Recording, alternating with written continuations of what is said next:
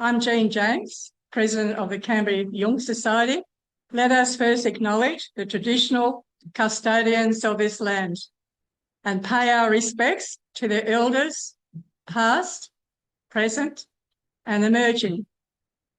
This evening, we're delighted to welcome a very special guest speaker, Bruce Helyard, brought to us from Central Coast by Kirsten and John.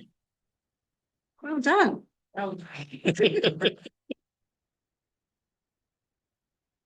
Bruce will reintroduce us to the thinking and work of our friend Carl Jung.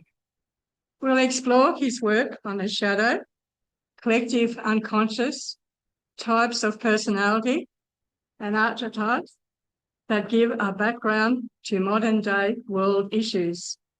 Bruce Helyard worked in the chemical industry on risk assessments. He ran his own company based on business, networking, and leadership strategies. And then as a facilitator, consultant, trainer, and assessor, he developed a drug education program for high schools called Maximising the Hope. Minimising the harm, he loves addressing U3A groups on the life and teachings of Carl Jung. If you're here on Zoom, please remain muted while Bruce is speaking. Use Zoom chat for comments. We'll open up later for discussions. Following Bruce's presentation, we'll have a short break for supper, so plenty of food around. You're very welcome. And drinks. We always do very well with our hospitality. Following Bruce's presentation, we'll have a short break for supper and resume for discussion and questions, finishing by 10 p.m. Note that we'll be recording this event for later reference. Thank you, Bruce. You're very welcome. Thank you, Steve. Thank you. Yeah. Thanks very much. I was lucky enough to sit in on the AGM just about an hour ago, and I've got to say it's typical of Australian gutsiness and resilience that the people do this on a volunteer basis, day after day, year after year. And it's something I always think our politicians should come along and sit in and then start to say we need to cultivate this and go. So whether it's the Soccer Club of Gundagai or the Jung Society of ACT, congratulations for those people. For 41 years have been going to run a society like this. Basically, my background, I'm not a psychologist. I'm not a Jungian. I basically have been using Jungian thinking for about the last 30 years. I basically I did a science degree here in Canberra way back in 1971 through to 74. I was a political activist and all sorts of things happened back in those days. And so basically, I then worked for 2 years with the CSIRO, and then I moved to Sydney, and I've been working in science education ever since. And I ran a number of science departments. I did a lot of risk assessments in TAFE and universities across New South Wales. And I actually kicked off material safety data sheets in a lot of industry. I am partly retired, but they asked me back again. I work for a company out of Melbourne. I work about 6 days a month. I work with the big corporations across Australia, mainly construction ones. And I use a bit of Jungian psychology working with CEOs. So I'm going to talk a little bit about how it means for me, because unfortunately, Jung's a little bit out of fashion. Doing a bit of a research at universities.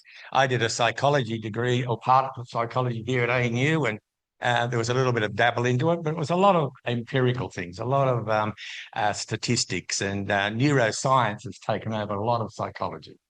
So I'm here today to talk a little bit about the wealth of Carl Jung. I think it will be a little resurgence. I kicked it off last year, 2025. I belong to a unit on the Central Coast, a volunteer one called the University of Third Age. And we had about 45 people in the first semester come along, and they wanted to know who was this guy Bruce and who is this person Jung. So 45 people came along, and after 4 sessions, they wanted round 2, which we went into things more deeper. So, and person then put a flea in my ear before I came down. She said, maybe you can get some of those people from your U3A on the Central Coast to come down and listen. Well, I knew of several people where I said at the time I'm coming down. They said, oh, we'd like to listen to that. So I should have organised a bus to come down, Kirsten. Well, people would have come here, but I used to belong to the Sydney Jung Society, and a very viable one, and some incredible speakers came along. And I imagine a lot of them would have come here, and also the Central Coast Jung Society. That died about 20 years ago. Certain people pass on or they get old and they don't do it. So I'm delighted that ACT is continuing this. So I just want to give a little bit of a background of why I do this. I incorporate Jungian thinking about unconscious bias in the business world. I also challenge CEOs about groupthink, that they know it all and their personality and ego projects out.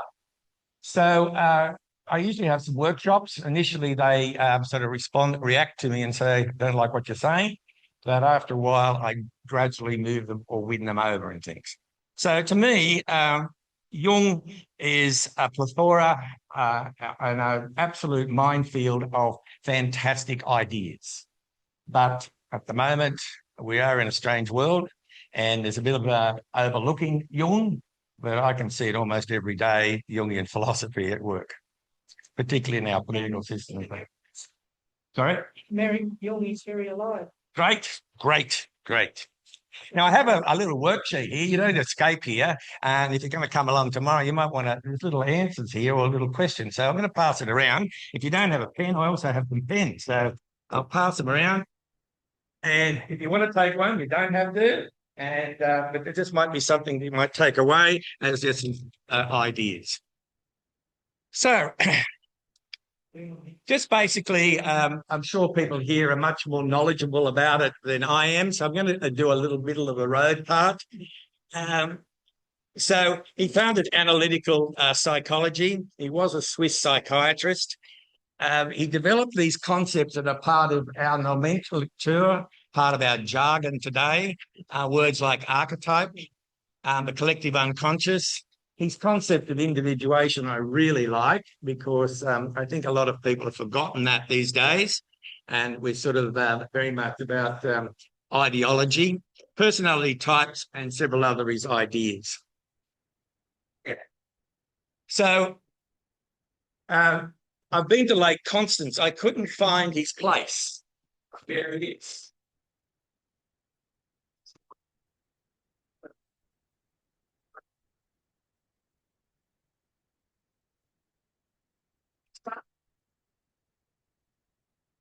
Swiss Reformed Church, and Calvinist background. That inspired Jung with this idea of symbolism and the quest for greater meaning in religion.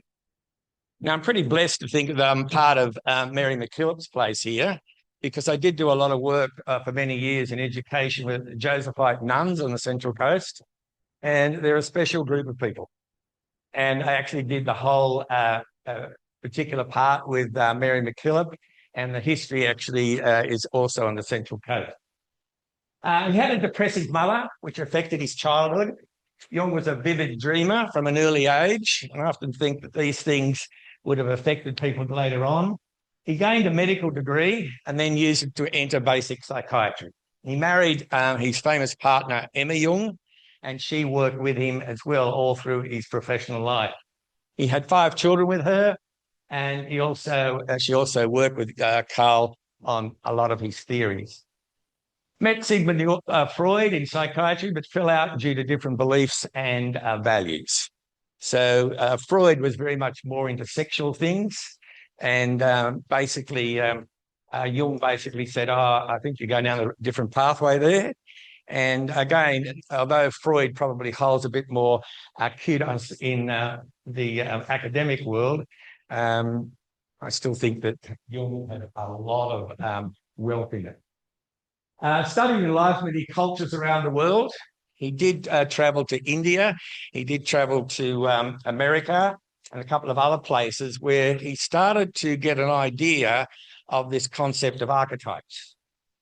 And I find it fascinating, first of all, as a scientist and studied a bit of genetics, within the human genome, isn't it amazing that people in isolated areas can think of a certain archetype, and also they can be generated on the other side of the world? And Jung picked that up whether he was working with the Navajo Indians or the Hindus in India and a couple of other places as well. And I've got a couple of just ordinary archetypes which I'd like to show shortly. So he developed a lot of work with Eastern philosophies, and he dabbled in alchemy, which then threw a lot of people, they spooked him to say, you're in the occult. So he caused a bit of problems for himself back in the 60s. And I just want to go back to the background of that. And that's probably why a lot of empiricists and other people sort of debunked Jung.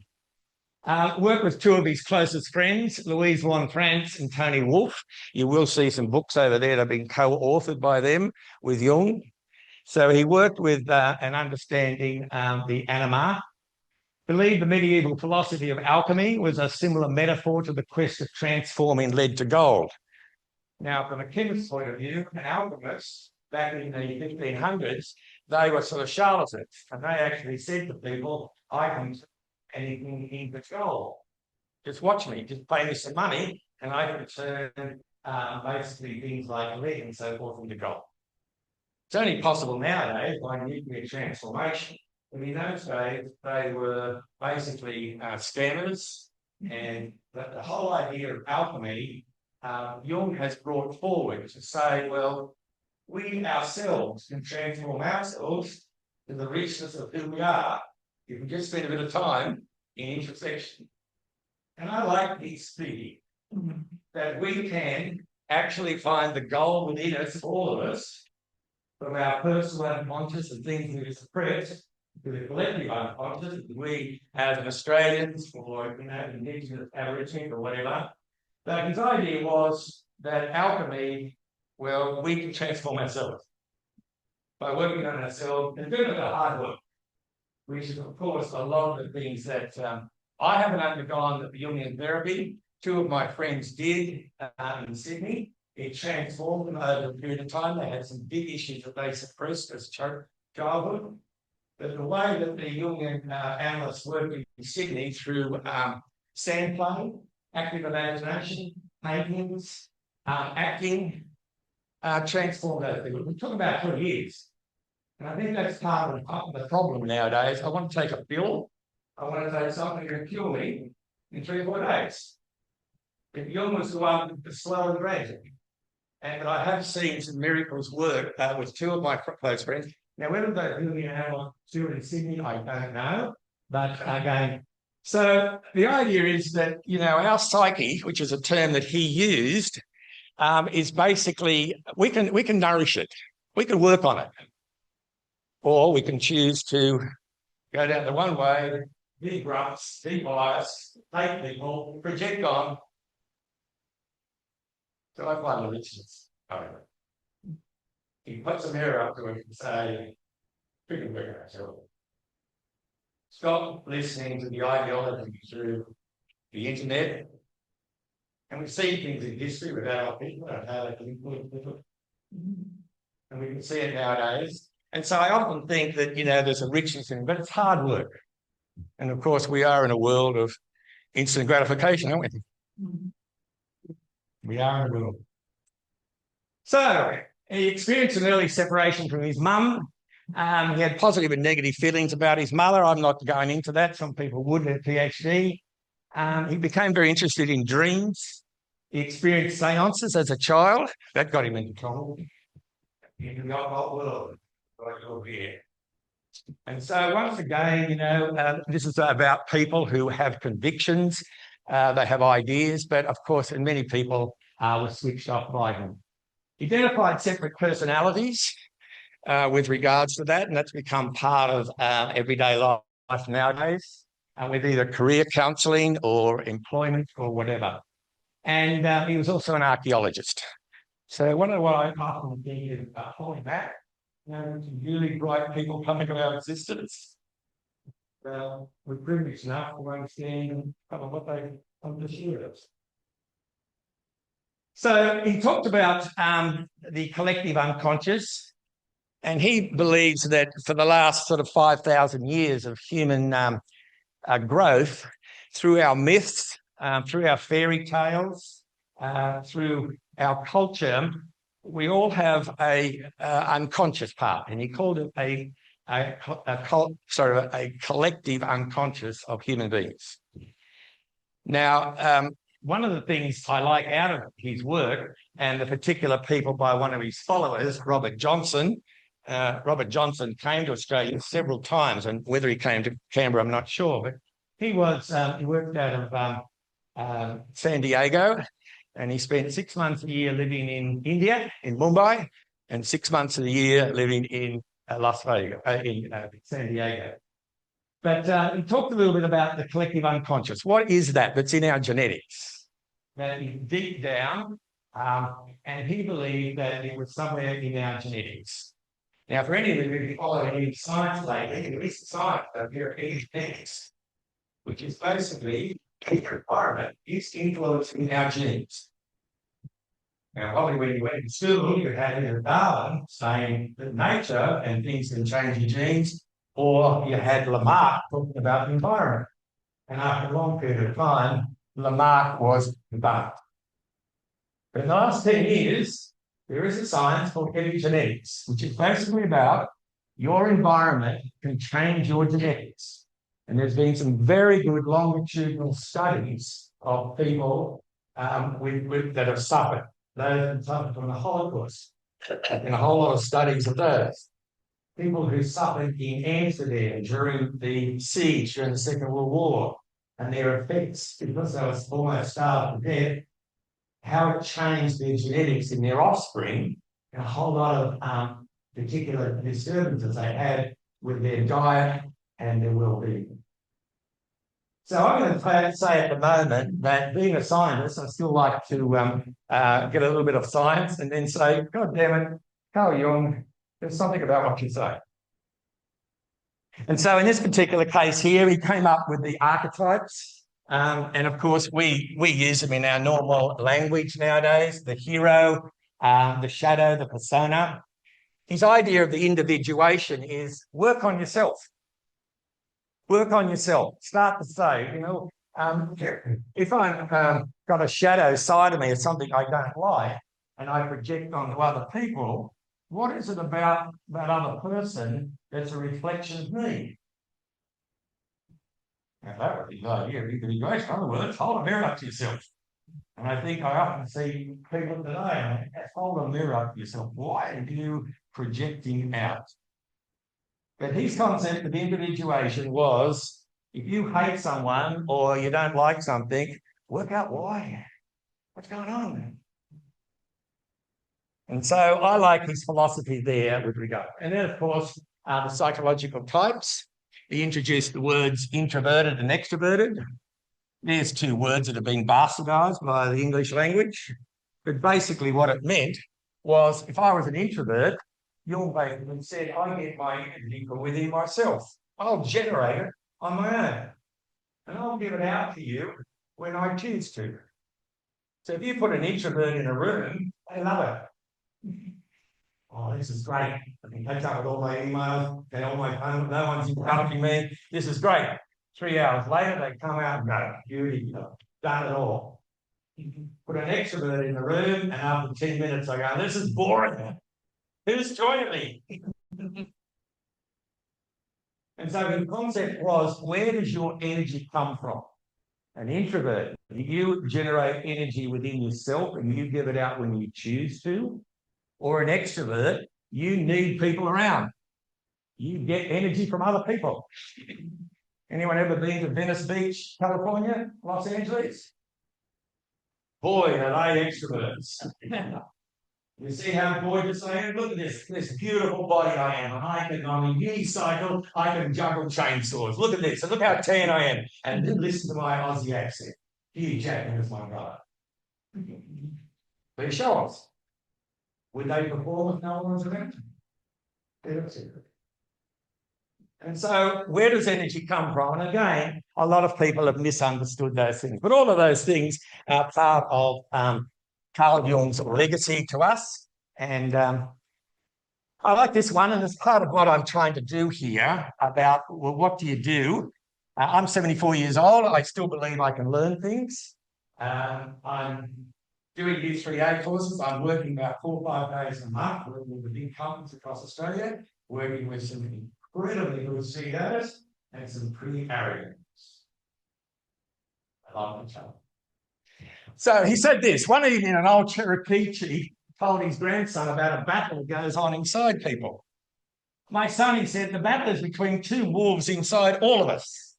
One is evil, it's anger, it's envy, it's jealousy, it's sorrow, it's regret, it's greed, it's arrogance, it's self-pity, it's guilt, it's resentment, it's inferiority, it's lies, it's false pride, it's superiority and ego. The other, he said, is joy, peace, love, happiness, hope, sincerity, humility, kindness, benevolence, empathy, generosity, truth, compassion, and faith.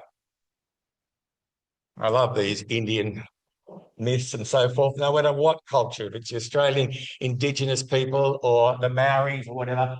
The grandson thought for a moment and then asked the chief, well, which wolf wins? The one that you feed. Which I think is what it's about, isn't it? It's what it's about. And you see people on pathways, and, you know, as I mentioned, you know, I meet people, you know, this whole idea, their ego is huge, they're right, and they run a company on groupthink. You'll all agree with what I think. I tell stories of how companies are stuffed up big time by people not listening. And this unconscious bias that's also pervading a lot of our society. And so I like that particular part. So that's why I'm here today. And the idea with U3A was that Jung basically has affected me. His wisdom and ideas have initially helped me to understand myself and then collectively modern man in present times.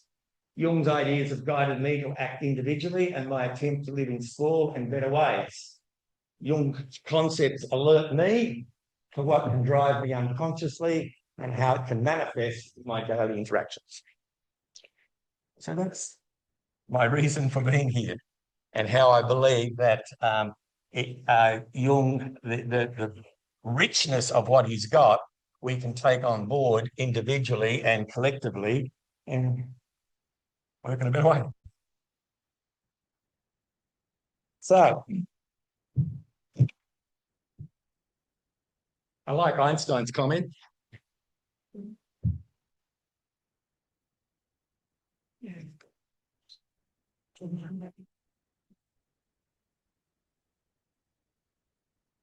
And then potential energy versus kinetic energy, isn't it?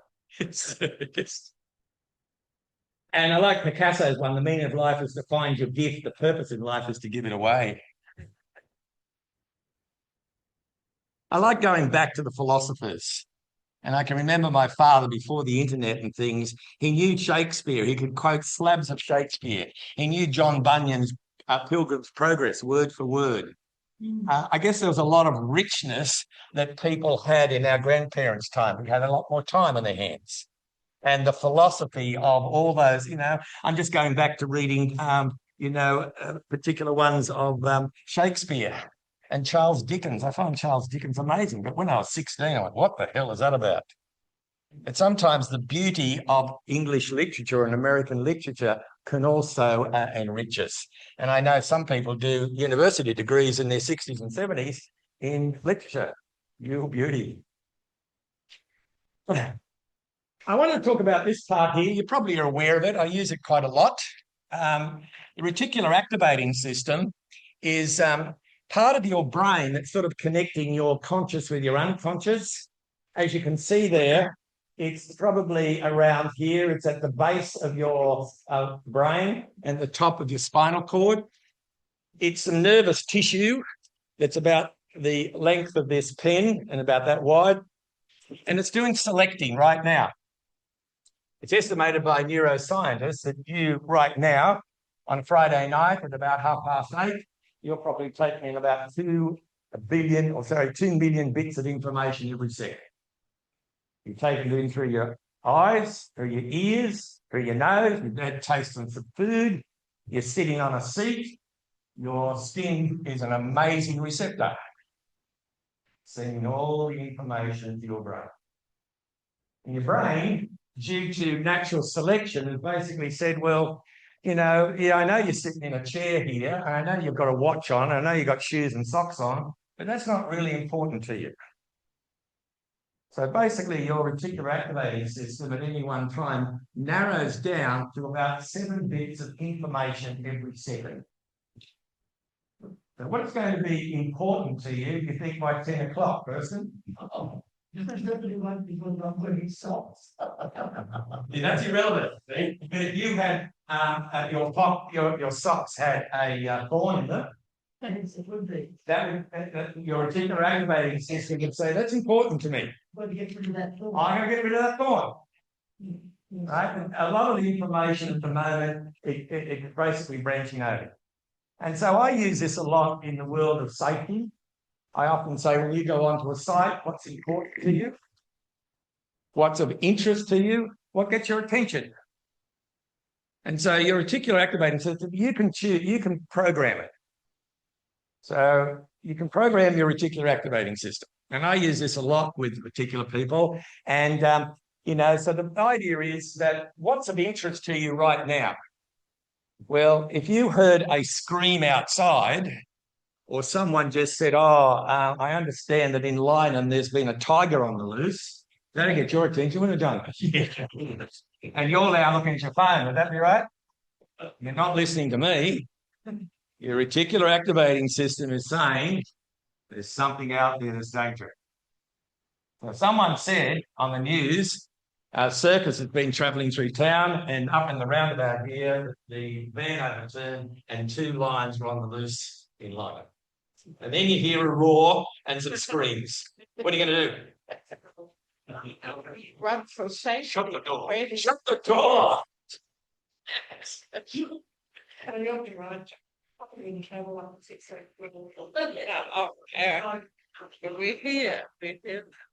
My point is, I use RAS at times when people get annoyed with something, when people get upset at something. What's upsetting you? And rather than just project out, oh, that person's an idiot or whatever, well, hang on, what did Jung say? So it's a little bit of getting attention back and shining the light back on, which is what Jung was talking about, this individuation. So the reticular activating system is working for you. When you go home tonight, you'll be making sure that you drive carefully. It's the lions. We're the lions. Now, Once we get home, might be thinking about all sorts of yes. So just I'm using that at times to basically say to people, well, when you get angry, when you hate something, when you, as Jung said, project onto things, we don't own it ourselves. We want to blame other people. And so I'm saying that, well, maybe a little signal should go to your brain to say, what's happening with me? What's in it that in me that's allowing me to project and hate other people? And how we allow it to do collectively at the moment. Fascinates me. So the reticular activating system is an efficient filter that sieves out all the irrelevant data that's coming to you right now. Our neural pathways, you know, sight, touch, sound, smell, taste, hearing, bring to our brain about 2 million bits of information at any time. And our reticular activator filters out what's not relevant to you right now. But if someone had a thorn in their side, in their toe or in their foot, you would notice it, and you'd do whatever you could to remove the thorn. If you've got a bit of a backache, you'd be doing whatever you can to try and move to get to a certain point where that's not, because it's of importance to you. It's an extremely critical system within the brain because it bridges the lower part, that is our automatic functions, with the upper part where our thoughts occur. It's a thought to be a gateway between external stimuli and cognition. Simply put, RAS is your awareness and your arousal mechanism and the filter that controls what we experience throughout life. So I use this a lot in the business world, particularly in safety. So I go down to a construction site. You've got a lot here in Canberra at the moment, and a lot of machinery is moving, the noise, and a lot of dust going on and so forth. I want to make sure that that driver of that excavator can see me, or I'm out of the way. So my reticular activating system is switched on. But of course, the mighty phone is a major distraction, isn't it? How many people do notice the world around them? I find it fascinating whenever I see at airports, everyone looking at their phones, and then no one sees something, that happens beside. So I just think at the moment and I guess what gets your attention right now, and I'm saying what I use it in my understanding of Jung is, and I learned this as a teacher, go back to the classroom and into the staff room, and people say, that little Johnny, God, he's a nuisance. And other teachers would say, oh, no, he's fantastic. He's got to go on the right side of you. Oh, geez, oh, boy, is she a scammer. And other people would say, no. I'm starting to realise, hang on, it ain't universal. So what's in that person that's a bit of reflection of you don't like about yourself.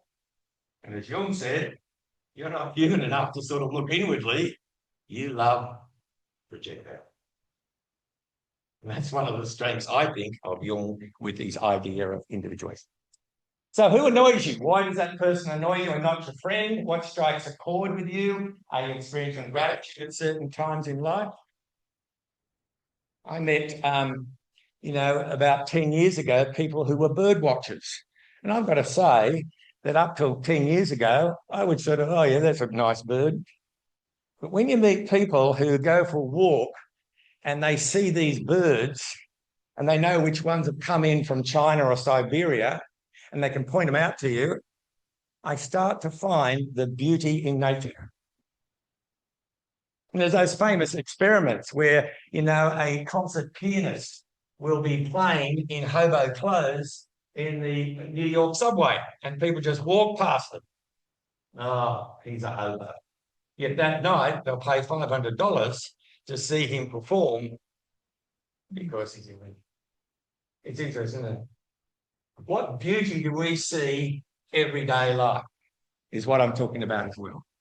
And Carl Jung then talked about, which I'll talk about tomorrow, that nature of the word ecstasy. Boy, is that word being bastardized. Yeah. There's even a drug named after it. But the original concept of the Greek concept from Dionysus, and Carl Jung said, we've forgotten about the ecstatic experiences of our life, of everyday life. And I switch my RAS on and I say each morning, what am I going to notice today, Bruce, that's out of the ordinary? And there's small little things. So I stopped at Helen Bray pie shop up there on the way down there, and I went inside there, and three people opened the door for me, including a little girl, and said, oh, you come first. And I smile on the face, and I thank them very much. There's a little ecstatic experience. They happen all the time. We happen over time, I think, ignored at our detriment. And I'll talk about that a bit more tomorrow with regards to that. So I like this one here. It's probably the other way around, but I use it in my science one. And I'm a little bit concerned about, assumptions and misconceptions and so forth out there. But probably ignorance should be down the bottom, which creates fear. And out of fear, we get hate, don't we? You reckon you see that in today's world?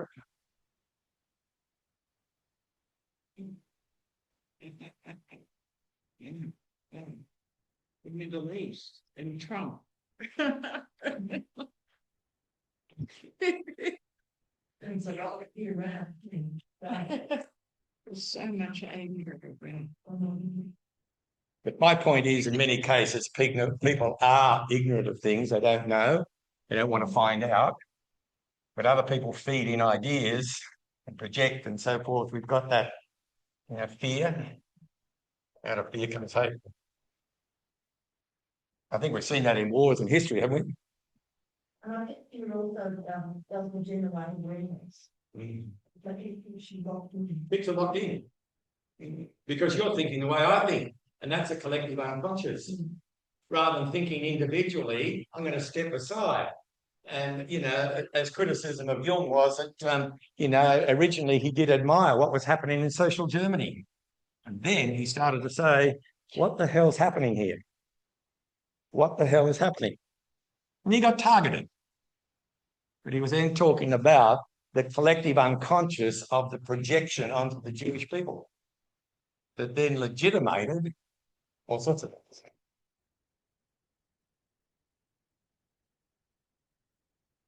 I like this one. There's a hole in my sidewalk. I walk down the street. There is a deep hole in the pavement. I fall in. I am lost. I'm hopeless. It isn't my fault. It takes forever to find a way out. I walk down the same street. There is a deep hole in the pavement. I pretend I don't see it. I fall in again. Can't believe I'm in the same place. I walk down the same street. There is a deep hole in the pavement. I see that it's there. I still fall in. It's a habit. My eyes are open. I know why I'm here. It is my fault. I get out immediately. I walk down the same street. There is a deep hole in the pavement. And this time I walk around.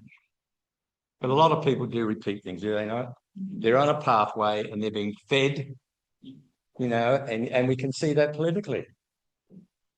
And they don't hold a mirror up and say, well, hang on, what's going on? So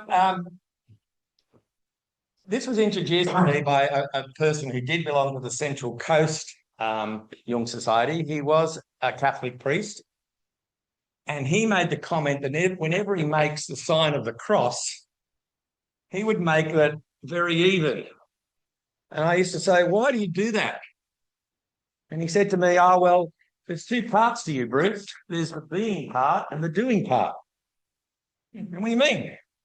Well, the doing part is you acquiring wealth and career-wise and children and building up your assets. The being part should be a stage of your life now where you're starting to work on yourself and find the richness within you. And he actually thinks there's a balance between people. And he deliberately makes the sign of the cross that way, which other Christians might find offensive, but I found it interesting. That he makes a symbol of being and doing. And how many people are still in a doing stage in their late 80s and 90s?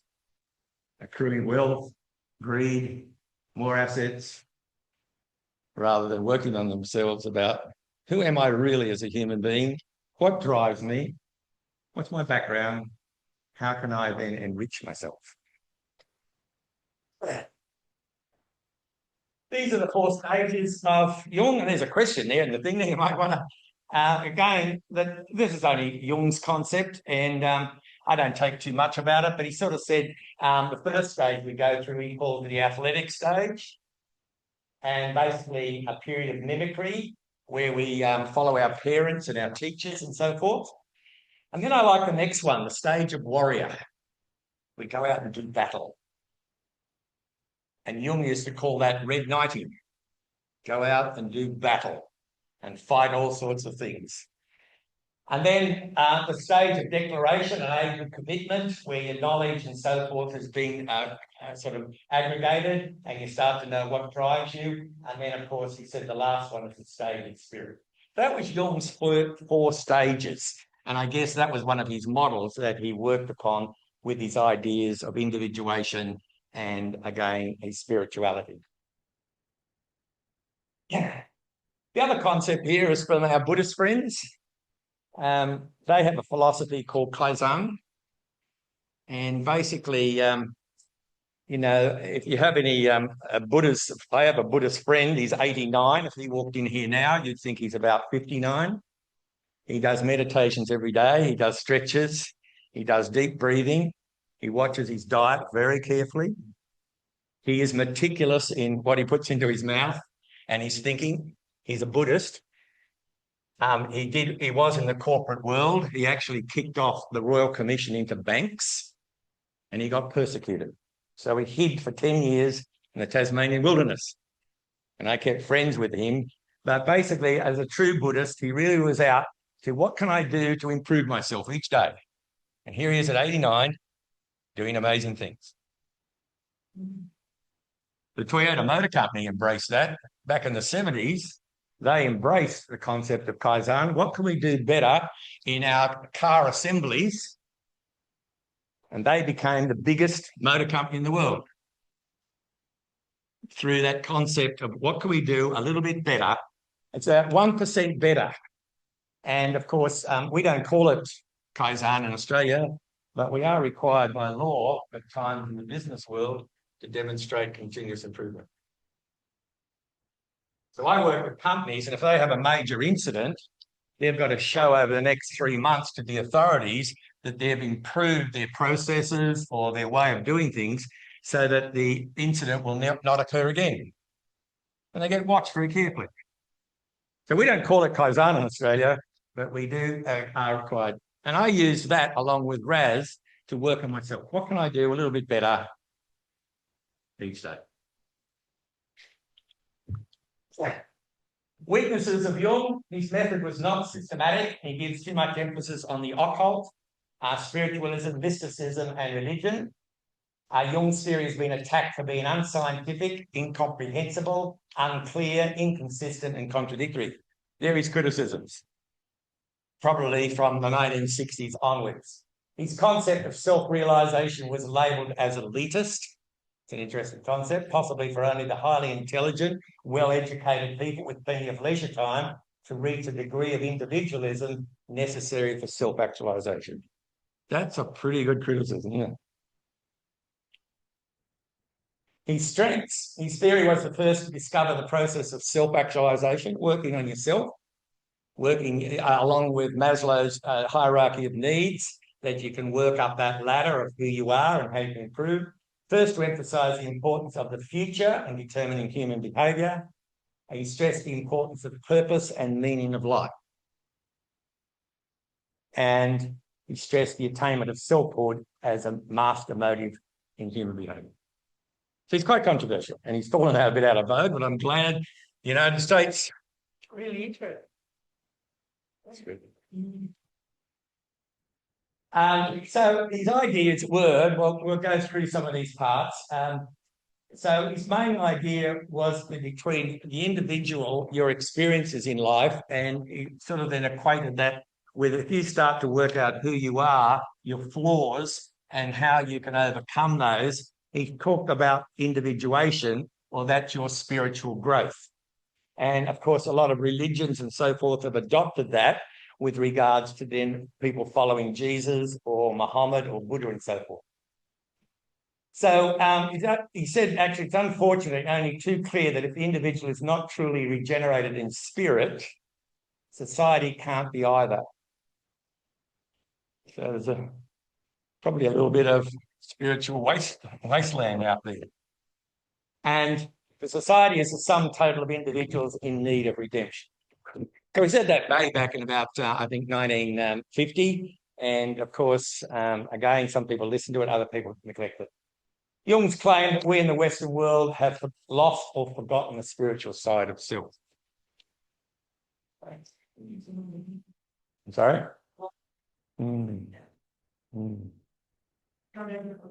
No. So his first one was the ego, and basically he sort of said that's what you know about yourself. It selects incoming data and brings to conscious that which is in line with yourself. The ego represents the conscious mind that contains the awareness of existence and the sense of your identity.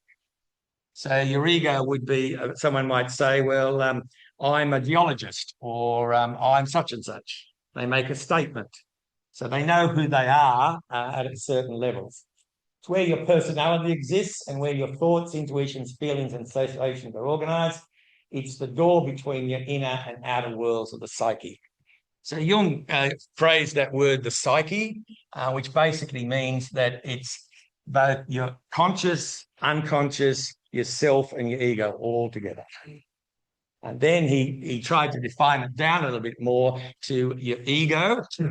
And then over time, he said, if you can come to grips with your unconscious, the downward side of yourself, a bit of nastiness about yourself, and you can come to recognize it and you can start to deal with it over time, then you are working on yourself. His idea was, as we progress into life, yourself becomes far clearer. Your ego diminishes a little bit, but your psyche is possibly all those things that you've experienced, as well as, you know, our whole genetics from where we've come from. Okay. So the personal unconscious is basically all the things that have happened to you in your life. And most things you're probably conscious of. A lot of things we might have suppressed. And of course, you know, a lot of those things, I won't go into that tonight, but, you know, a lot of people have realised that what's happened to them as a child, it comes to the surface, and then they realise that that was suppressed, and it's what's been driving me for the last 50 years. And as I said, a good psychologist or a good Jungian analyst can tease it apart and get the people to understand. And of course, it can be very painful. And of course, a lot of people use drugs to just suppress it and move on. The collective unconscious, he says, comes from our myths, our fairy tales. Whether they're Greek myths, Roman myths, Indigenous Aboriginal myths, Celtic or Viking. Some of you are here from the Netherlands. A lot of people have come from overseas. You've probably got a collective of your fairy tales or stories. Jung said that's very important. It forms the essence of who we are. And he basically thinks that we've sort of ignored it at our peril. So on Sunday, I'm going to visit the Australian War Memorial. I'm going to spend time looking at diaries and journals. People who tell the story of what happened to their grandfather or grandmother in wartime. And so I actually believe that people need to create their own myths. And you watch Anzac Day and watch some of the people marching now with their medals, and I often ask people, why are you doing that? And they're talking about their great-grandfather or grandfather, and they're creating their own myth of their family of what they did in the war. I think that's fantastic. Because Jung is saying there's a dearth of our collective unconscious and our myths. So I'm saying, why not the hell create your own one from your own family? I did meet a lady at Anzac Day up on the Central Coast, and she had the labels, and I asked her why she went. She said, oh, my grandfather, he was in the Bomber Command with a RAF. Said he found his diary recently. Beautiful calligraphy. And when he took off one day from a base in England, it was so heavily laden, the plane at the end of the runway, and the undercarriage hadn't come up enough, and it got these trees. And they talked about how it damaged the undercarriage of the Lancaster bomber. So that was in the diary that she read. Guess what she did? She made a personal go back to England, to that airfield, and actually witness was the tree still there with her grandfather's diary. So she made a myth of her family come alive. And I think that's fantastic. I'm sorry? Then why? Well, this is basically because we can rejoice then on something that was done by people who were pretty heroic at the time. Or we can totally neglect it. But I think what I'm saying is that you can recreate your own myth within your own family. Fantastic. Jung is saying that we've forgotten a lot of those myths from other times and so forth. We have these archetypes that he's introduced: the hero, the earth mother, the protective father, the savior, the lover, the healer, the innocent, the jealous one, the seducer. All of those were created by Jung. But of course, literature used those unconsciously from way back. Shakespeare would have used all of those archetypes in his characters. And there's a little bit of to try and make the thing. Yourself is sort of a merging of who you are, your personal unconscious and your collective unconscious over time, that you start to get quite happy with who you are. Yes, this is me, warts and all. I haven't been perfect. Geez, I stuffed up there by having some hatred for these people. I now realise that maybe it was the wrong pathway, the wrong energy. And so the self becomes bigger, as Jung made the comment. In other words, he uses that phrase, individuation.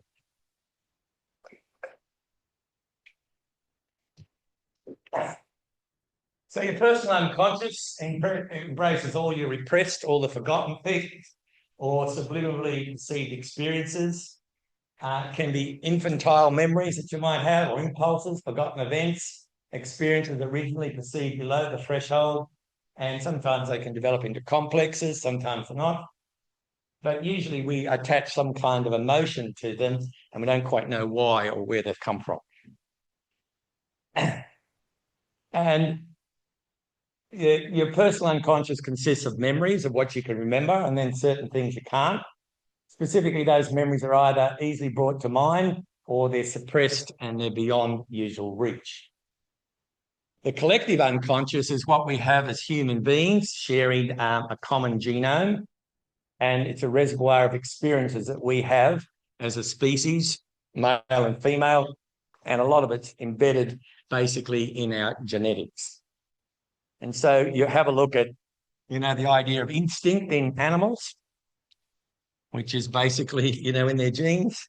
How can a bird navigate from Siberia to Tasmania and come back to the exact same nest that it did a year ago? So its navigation is all to do within its genes. We call it instinct. But again, the idea that Jung mentioned, and he threw that challenge out to geneticists, well, a lot of these experiences also in our genes as well. So Jung distinguished between collective unconscious and personal. He said that the personal unconscious is your own personal experience and is unique to each of you of what you've lived in life. And the collective comes from us as interacting within our culture. It's the oldest part of our brain, and it contains a whole blueprint for a whole range of ideas and images. This means each one of us is born with a tendency to conceive similar kinds of primordial images, which then took him on to dream analysis and so forth.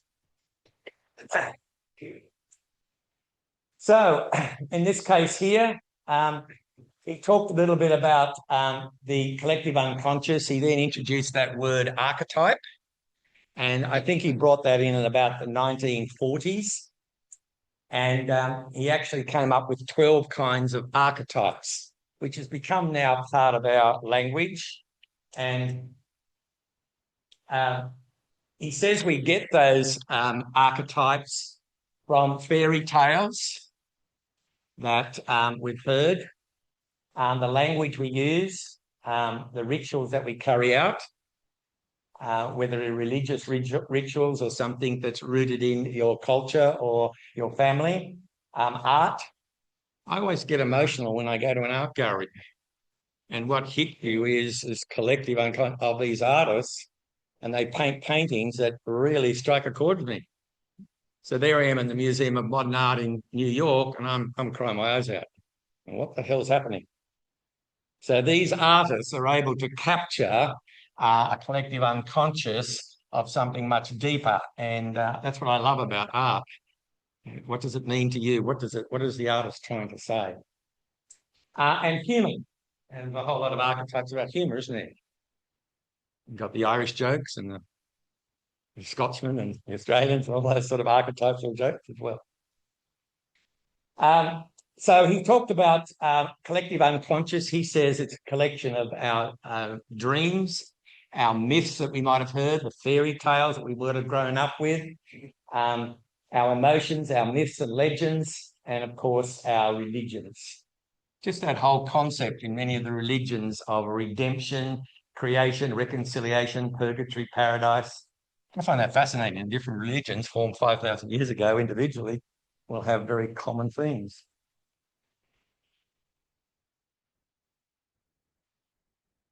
And, just at the moment, the Greek myths, I've re-established myself with those and find them fascinating. Christian stories and icons, King Arthur, which is very strong in our Celtic background.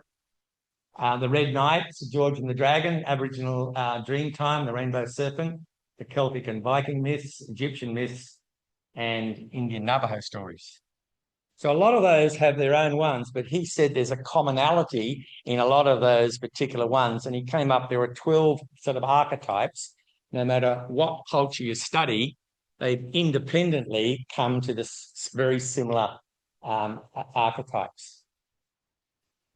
And the archetypes are, I'll just jump ahead a bit. The archetypes are these ones here.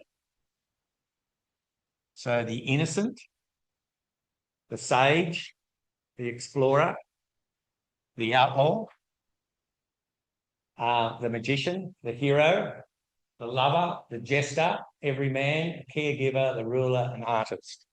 They were the 12 that he said were common to many cultures. And look what's advertisers have used.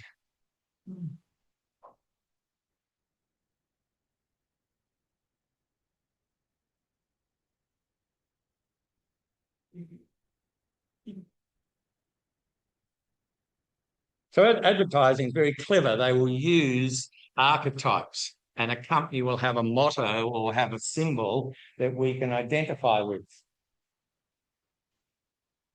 It's interesting, isn't it?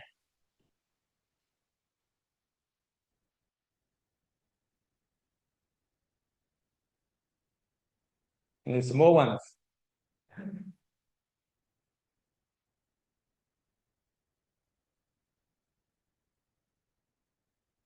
When I walk through a shopping centre on the Central Coast, there's a plethora of different shops.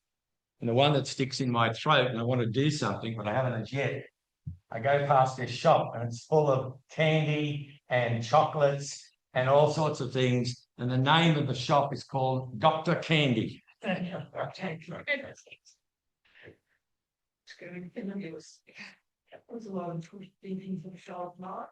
Correct.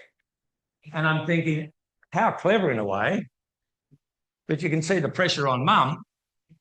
Well, the doctor's recommending this.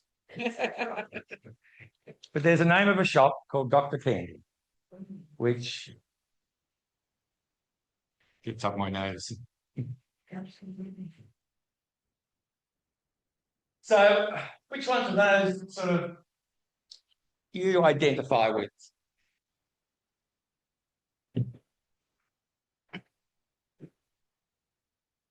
I'll go back a little bit and it just explains a little bit, but this one here is a good one.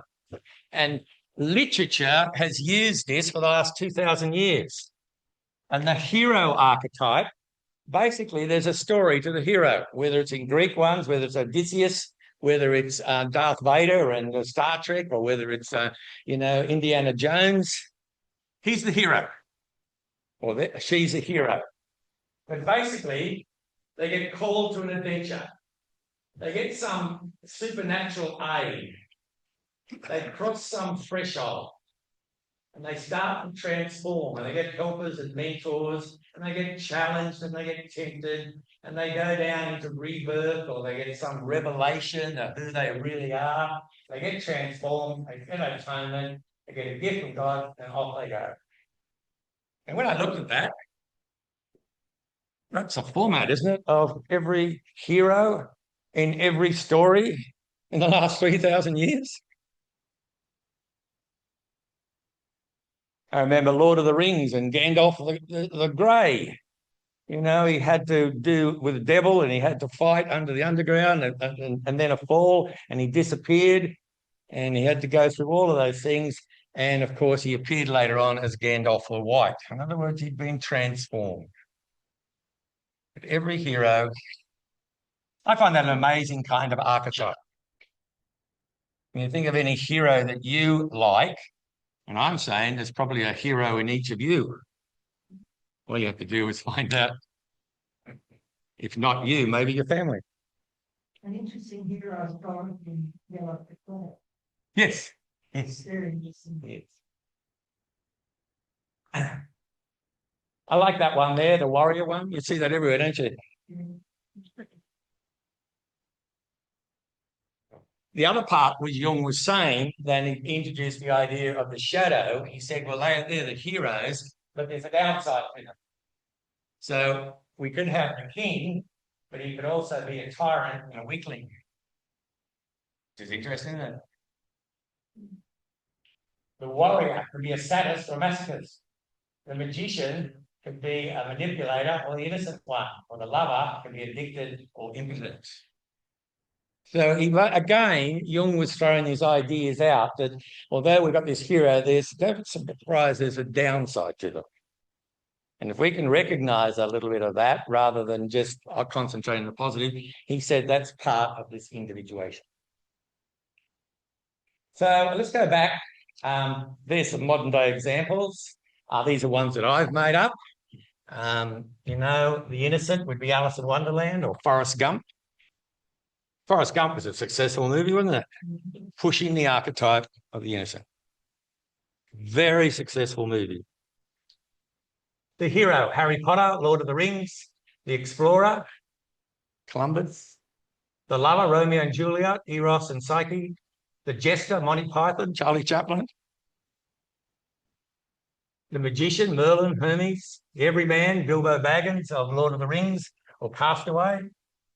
The caregiver, Mother Teresa, nurses, mothers. The rebel, Rosa Parks or Nelson Mandela. Steve Jobs, Marie Curie. The sage, Gandhi or Socrates. The ruler, Churchill, Queen Elizabeth. They're just some examples I thought of that would fit into our concept of an archetype. But I reckon you'd have one of those yourself. I'm going to give you a chance just to talk amongst yourself. What might be some that you might identify with as one of the archetypes? I have two out the front here that I've collected, and they're not part of Jung's ones. They're called the storyteller. Now, this one is from the Navajo Indians in Arizona, and it's usually a female, usually the grandmother in type will be the collector of stories, and the kids come around and listen to her, and she will tell stories of their tribe or whatever, and the kids bring it up. So this one here is a storyteller. It wasn't developed by Jung, but it's been added in. And this one, I think, is from Asia, somewhere in Asia. My partner got that. I don't know where it is, but it's completely separate. So you tell me, this one side of the world, this one the other side of the world, independently came up with an archetype. Well, it's universal. Such is what Jung was saying, collective unconscious. So anyone got some questions? Which part? I know there's a bit too a lot, but tomorrow I'll slow down if you can come along. I just want to pace it out. But I'm just going through my own experiences and what I think I can take from Jung as some of the richness. And to me, a lot of it makes sense. But he is elitist, and I think that's a criticism. And a couple of people have said that to me. Well, a lot of people don't have the time, they don't have the money, they don't have wherewithal to do all of this. And so it probably could be levelled that the philosophy is elitist. But you know, that argument is for different reasons itself, because really time is something that you can just stretch. Really want to do something, you're trying to do it. So at 10 o'clock, on a Thursday morning, I go to the Mingara Club in the Central Coast and I see people in front of a poker machine. Yes. And outside, there's beautiful weather and they're in front of the poker machine. And I'm thinking, is there something better to do? Then it's. Right, I know that. Hmm. With that tool. Anyway, any questions? You had a question, ma'am? You said before.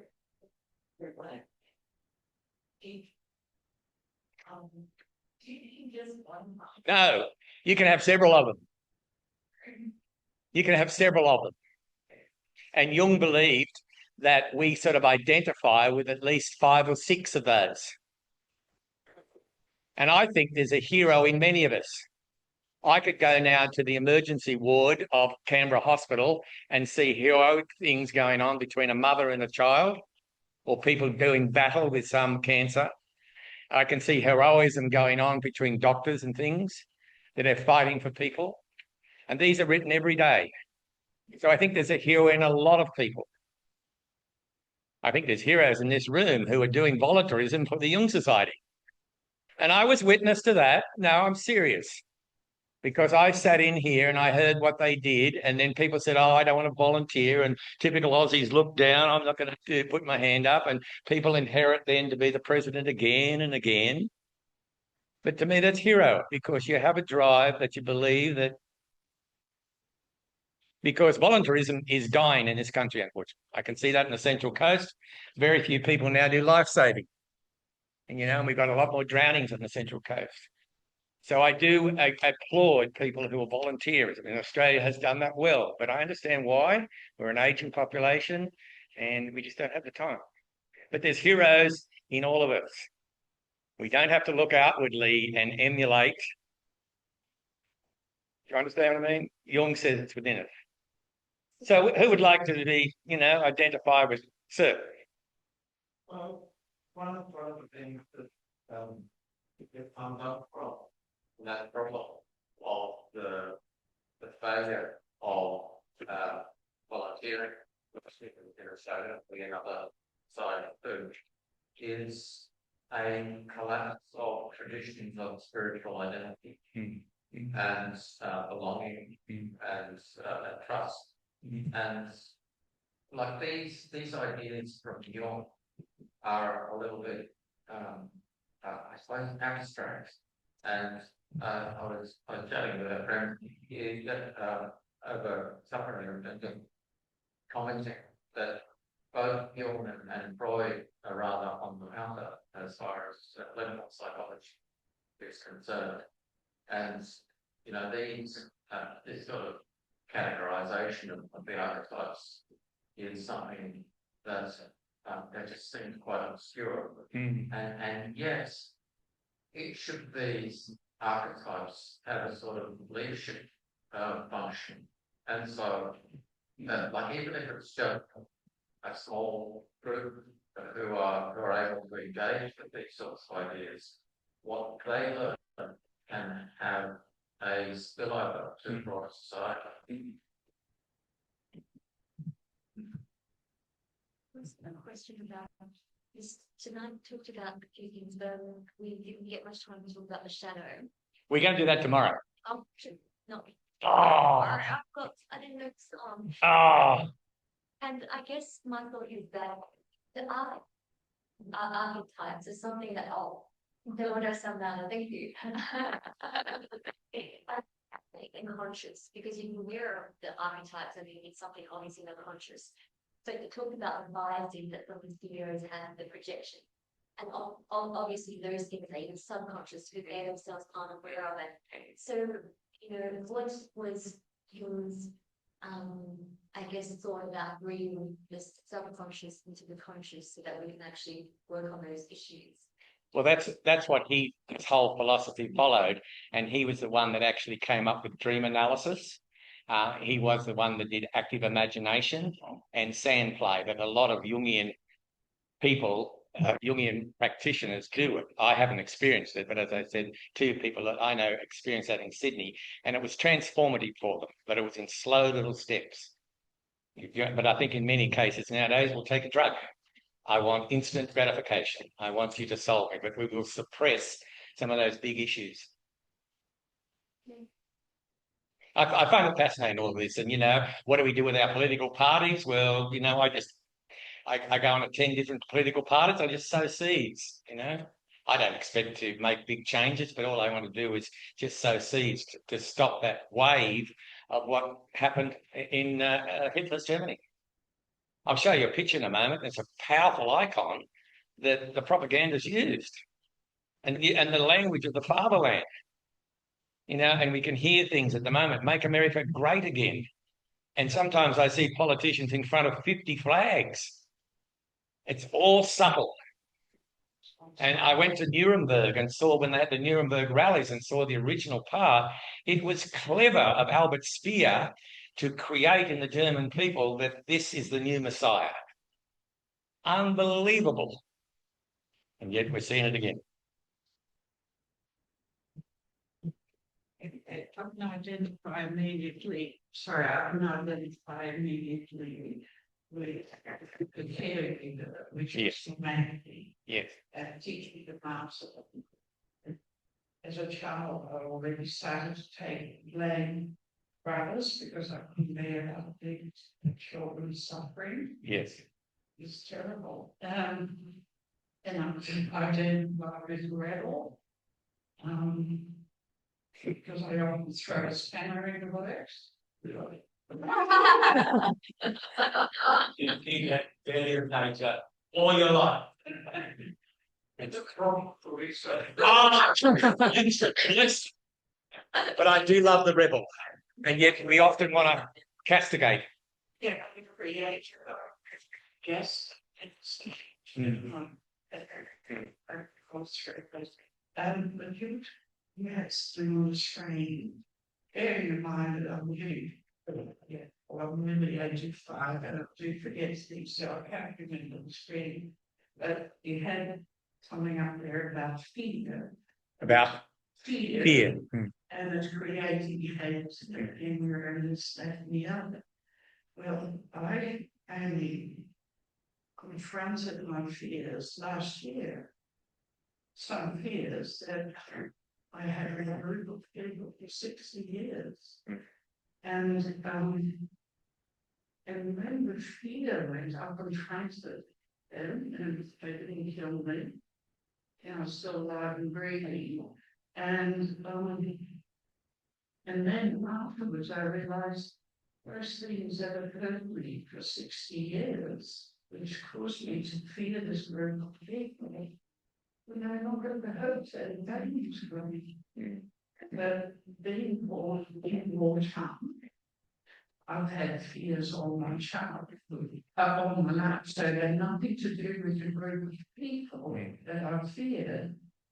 I have been fearful all my life. Congratulations. It's amazing. Yeah. It's really amazing. Could go through them. Yes. Because the time was right. There's an Arabic fairy tale. And this is why I'm saying there's a richness of fairy tales in whatever society. And there's an Arabic fairy tale and subset back. So the kingdom was that the king actually had this beautiful daughter and wanted all these. Now, if you're going to want the hand of my beautiful daughter, all you men, you've got to go out, and in those mountains over there, there's this very fierce dragon. And under the dragon, in his nest, is this pearl. The man who could go and get that pearl and survive and bring it back to me will have the hand of my daughter. And of course, every man went off. I could go off and this dragon breathe fire on them and eat them. They would be killed. And so there was a whole lot of skeletons around the dragon's nest. And years passed. And one day, one person said, I'll give it a go. He goes up to the dragon's nest, but the dragon has shrunk to a tiny little lizard. Wow. And there's a beauty there in an Arabic fairy tale, isn't it? That as you get older in life, what upset you when you were 18 or 19 just flows over you, you don't care. No.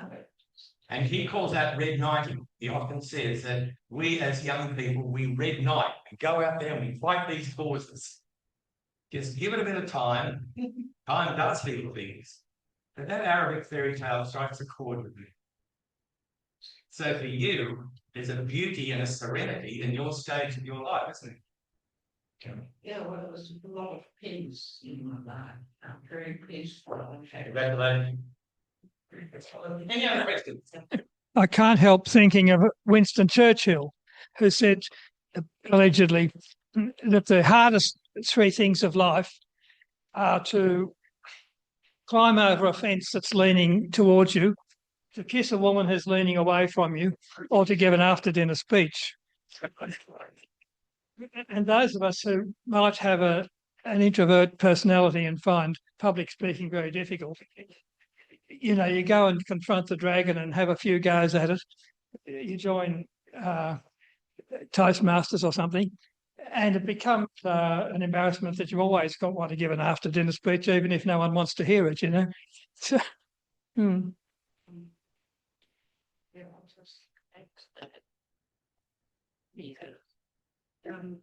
Yes, the many personal growth workshops are 70. We had to physically identify the dragon in that house, and then the killer. Now, I thought was somebody who can viciously easily hold the heart, but it turned out to be another distracted. It's changed into frightened frightened kitten, homeless and asleep. So I went to kill what I thought was the monster in my life, and it changed into this frightened kitten. It's a very interesting exercise. I'm aware of time and aware it's a Friday night. I just want 5 more minutes. I just want to introduce one other particular point. I will go into this in more detail in the shadow and projection tomorrow, a little bit about personality. Unfortunately, we won't see you.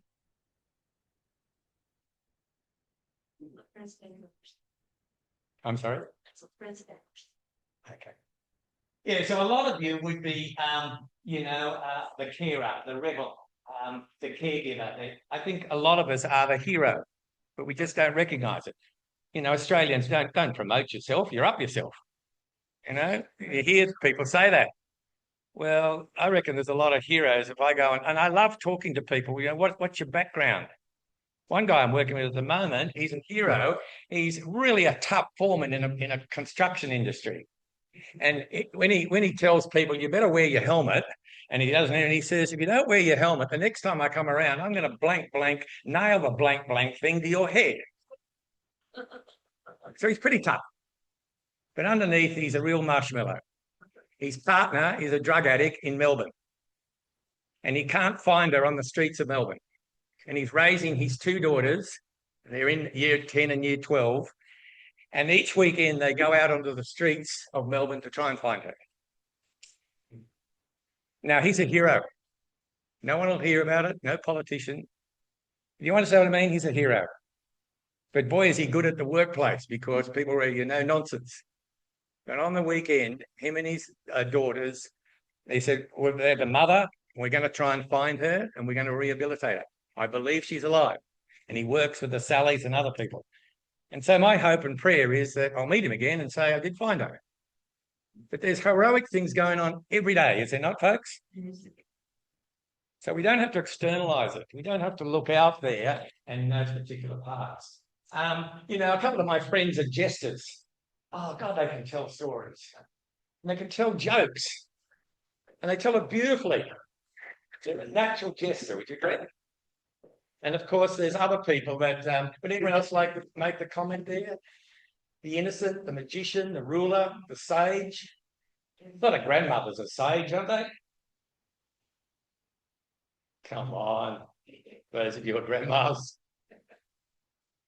I think a lot of barmaids are sage. Yes, that's them and hairdressers. Hairdressers, taxi drivers, and people go and fill out their wives' secrets to these elements of those. Yes. That's your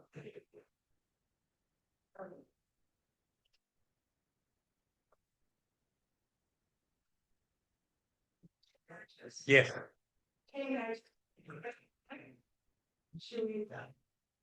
So coming to our place in Southwood, Lisa High, because she's parents have been up and she's feeling a bit sad. So come on, if you come to stay, she's going to really care. Then she had a friend who had bipolar. Yes. Turn over, to go to the hospital and hold her hand or say, oh, Lisa, it needs me here. I need to look after her. Fortunately, she's older. We got her into a bit of trouble. Yeah. Because she was too much to caregiver. Yeah. And that, And not thinking about herself. yeah. And I think that's what Jung would say, individuate. In other words, realise that there's a role, but you're going too far. You're paying a price. There's a wonderful story about the rescuer. A little old lady standing beside the street waiting. It was all probably looking like it's waiting across the road. And along comes a man and he's, oh, she needs a help across the road. So without saying anything, he picked her up and he carried her across the road. He dumped her on the other hand. So pity for other girls. I didn't want to be here. I was going to cross the road, which is a useful idea of what the rescuer can do if they don't listen to, don't ask the person, what do they want? Sure. I thought you were going to tell a story out of the boys. It came at home. There was probably torn and being beaten to pulp. And his mother said, what happened? And he said, I tried to help this old lady across the road. And she didn't want to go. And she beat me up. The last concept I wanted to just talk about, which got Jung into a lot of trouble because it wasn't empirical. This is where people sort of accuse him of going into the alcohol world. However, I can tell you that modern day physics has embraced a lot of his thinking. So you can go across to the professors over here at ANU and theoretical physics and talk a little bit about quantum entanglement, which is very common vogue, and it really is aligned with Jung's synchronicity. So I find it fascinating that someone 100 years ago came up with these ideas, then they fall out of mode, and then, God damn it, other things start coming in and evidence. So the criticism of no empirical data about it has got eyes on it with this one. So synchronicity, he wrote a book, and he believed that a lot of things they coincide improbably, and you don't think that they're but they have some significance for you. And so we call it synchronicity. Now that's a word that got into our language as well, that something happens synchronistically. And so Jung's synchronicity concept gave birth to astrology and some spiritual trends.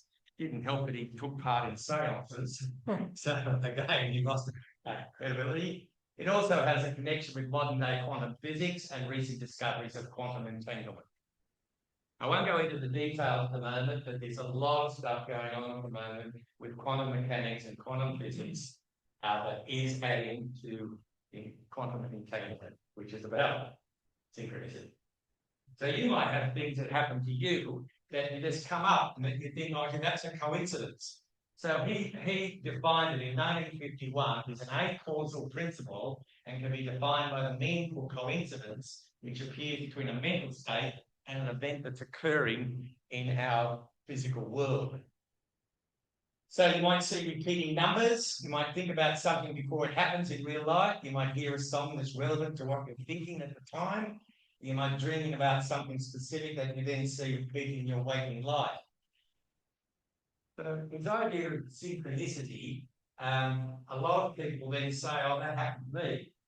And I can't quite explain it. And he's saying that it's part of this unconscious, collective unconscious that is out there. And of course, it goes into the area of some people musical weird. But you might have that synchronicity in numbers, thinking about someone and then they contact you. Ever happened to you? You think of someone. Recently, I've been thinking of someone and the next day I find out they've died. I'm thinking, oh God, these are famous people, of course. Like, where'd that come from? Or you meet them on the street of London without any arrangement. Yes. So I'm sure all of you have got stories, and I can tell you lots of stories of people who come to me later on and goes, I can't explain that, Bruce, but you know, a lot of people. Perfect timing events, dream messages, thinking about something before it happens, seeing a spirit animal, hearing the same phrases repeated, thinking about someone. So his word of synchronicity was also part of it, and but it went out of vogue. But I'm going to tell you, theoretical physics is now impressive. Do some people experience it more than others? I don't know. I think a lot of people experience, but I think they shut it down. I think we're critical of ourselves, but I think we censor ourselves. And if we mention it to someone, people go, "Hey, you're weird." And you know, the most boring way of telling someone, I'm going to tell you about my dream last night. And that's a good way to turn people off, isn't it? But I think a lot of people have it, but I think we still censor that. They don't recognise it. Yeah. Or they recognise they don't want to see it now. I've had an intense experience today.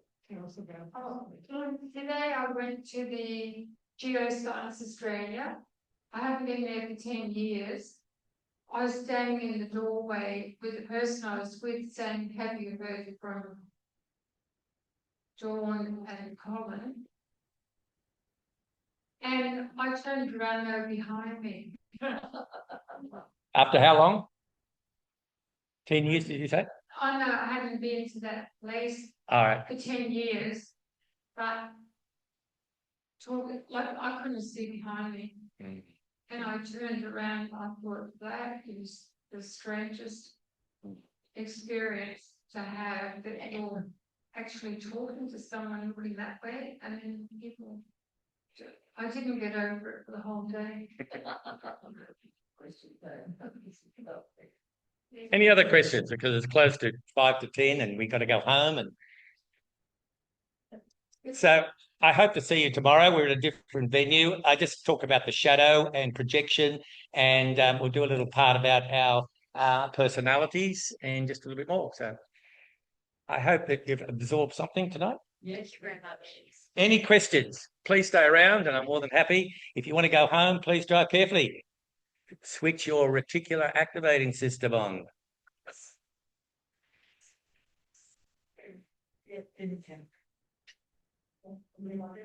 Yep.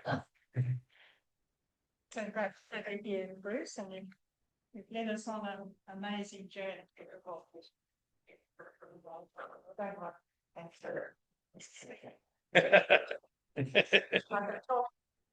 Thank you, Bruce, for sharing your experience and insights, for refreshing and entertaining new look at the life and work of the extraordinary Jung.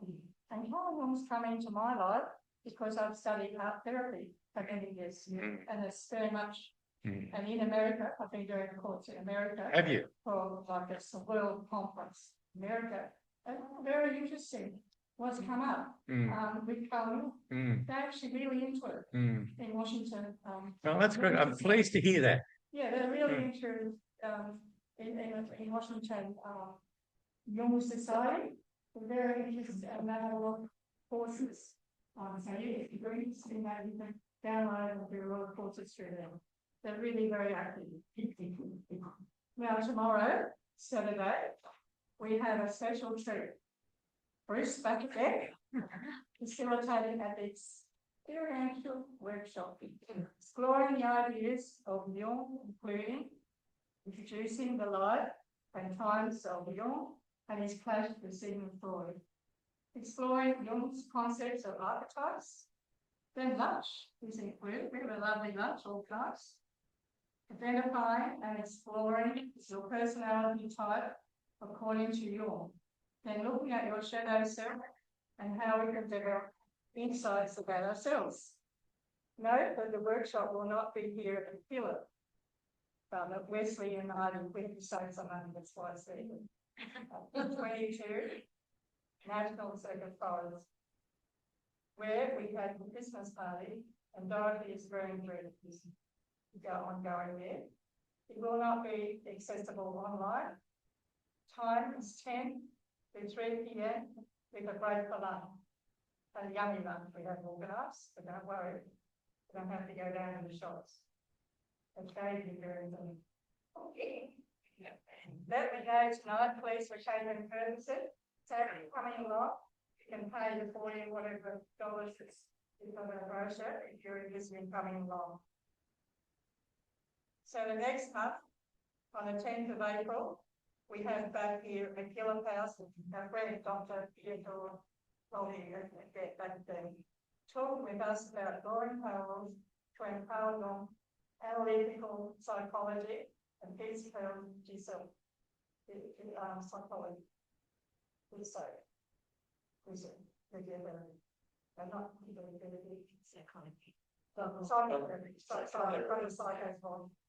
Okay, of course, this is a time to join as a member or renew your membership. Just $75 for a year, March to February, or $60 for seniors or concession.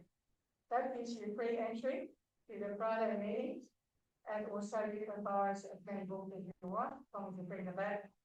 Check the website for up-to-date details of these and all other events. So good night, everyone, and stay well. I hope to see you tomorrow at the workshop. And stay tuned on the computer website so you know what's going on. Thank you very much. Thank you. Thank you. Oh.